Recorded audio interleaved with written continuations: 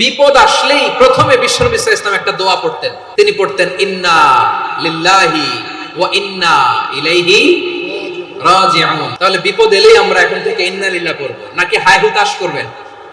একদল আছে হায় হুতাশ করে, হায় আল্লাহ রে মোর কি হইল রে, মুই কি হরমু রে, মুই কমবে যামু রে, এরকম বিলাপ করতে নিষেধ করেছেন বিশ্বনবী। কি করব, কই যাব, কি হবে, হায় হায়, এরকম হাহুতাশ আছে না নাই? বিশ্বাসীরা হাহুতাশ করে না, তারা ইন্না লিল্লাহ পড়ে। তারপরে বিশ্বনবী পড়তেন আল্লাহুম্মা আজুরনি ফি মুসিবাতি ওয়াখলুফ লি খায়রাম মিনহা। একসাথে প্রথমে পড়তেন ইন্না লিল্লাহি ওয়া ইন্না ইলাইহি রাজিউন, তারপর পড়তেন আল্লাহুম্মা আজুরনি ফি মুসিবাতি ওয়াখলুফ লি খায়রাম মিনহা, মানে আল্লাহ এই যে আমি বিপদে ধৈর্য ধারণ করলাম এটার সব তুমি আমারে দাও, আর যেটা হারালাম এর চেয়ে ভালো কিছু দিয়ে মেকআপ করে দিও, ভালো কিছু দিয়ে বদল করে দিও। সুবহানাল্লাহ পড়েন।